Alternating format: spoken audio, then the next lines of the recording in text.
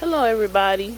Today is April the 1st, 2022, and I'm located in Geneva, Georgia, here in my underground aquaponic greenhouse.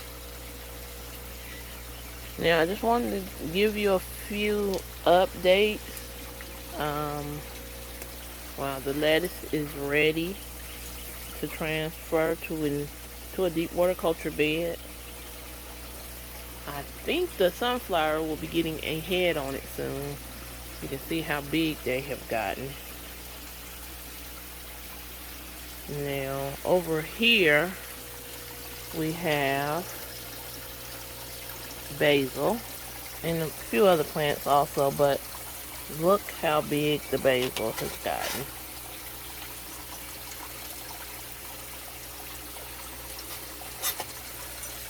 I mean, some of these were planted at different times, but they're doing really well.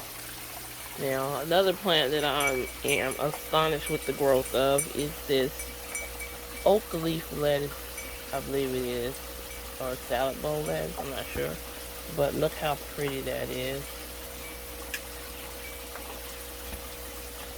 Now I have this mystery plant back here, and I don't know what it is. I know it's a leafy green, but if anybody knows, please leave it in a comment.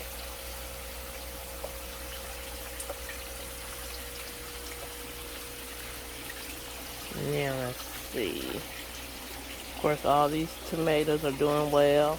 I have learned that the tomatoes do not like to be disturbed. So we're going to see how well they grow, just as dense as they are, and I'm going to build support around the tomatoes before they get big enough to fall over, and we'll see how they grow dense like this. Now the peas, I'm going to be pulling the peas out really soon. If you can look, let's see. You see they have some type of, I don't know if it's an aphid, or I've been going by wiping them off, but the plants don't seem to be doing well in here anyway.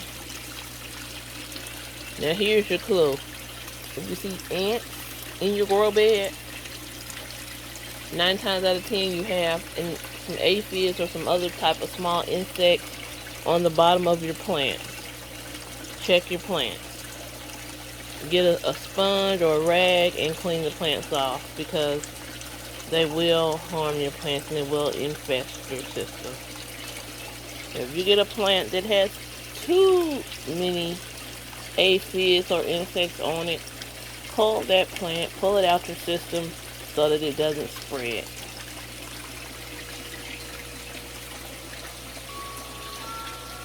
And here are my cucumbers, and I have to zoom out so that you can see them. Here are the cucumbers, and there are so many cucumbers coming on. See, one there, one there. I mean, it's a lot of cucumbers. It's just doing very, very, very well. Now, here's my tomatoes, and the tomato plants are about 2 or 3 inches from the roof. I didn't expect these tomatoes to grow this big, and I don't know what to do when they get there, but I'll figure it out. Now we've got flowers everywhere, so of course we're expecting fruit soon. Now we ease over here. This is our bed where we start to plant, and some of the bigger plants are holding here until we can get them outside.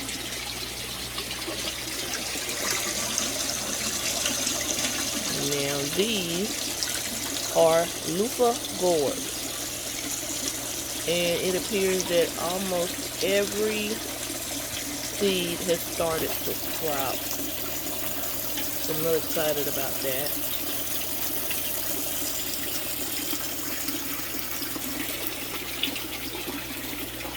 Now this is my mint wall, and I'm going to have to try and get back from it because it's so big.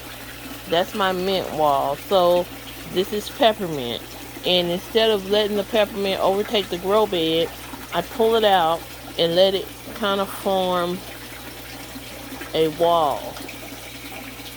And as it gets closer to the ground, I'll trim it and then I'll let it grow. Now this peppermint has been growing all through the winter, and I expect it just to continue to grow, and I'll just continue to prune it some. Now back here we have some tomato plants. They're not quite as big as those over there that are in full sun. Maybe that is the key, but we have fruit.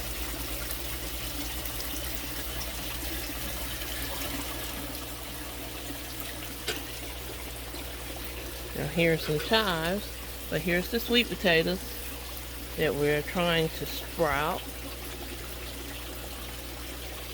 And we have roots.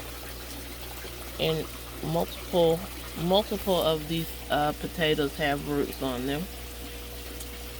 So it appears that this will be a success. I'm not sure exactly how long it'll take them to grow, but now these are some zucchini plants that I kind of injured moving them out of the cucumber bed because obviously they're not cucumbers.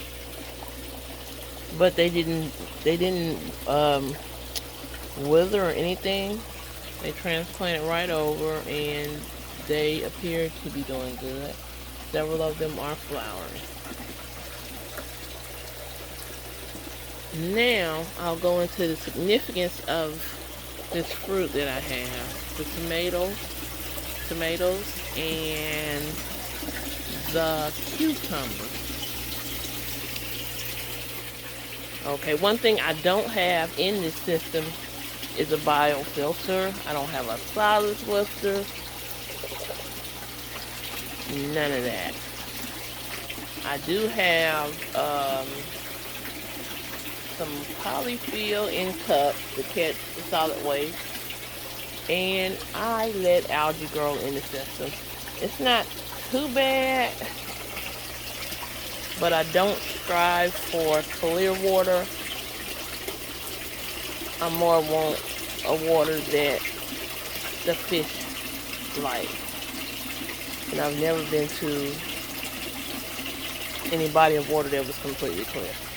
So that's one thing. And another thing is I don't add any calcium or any iron or anything to this system. I heard a lot of people say you can't grow fruit and plants, you know, if you don't add calcium or if you don't add iron.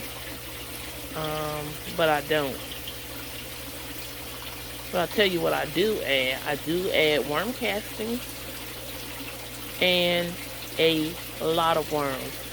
So we pick our worms from the cow pen and we put worms in all the grow beds. So there are a lot of worms in the system. And that is how I get a balanced system. I don't check the water parameters.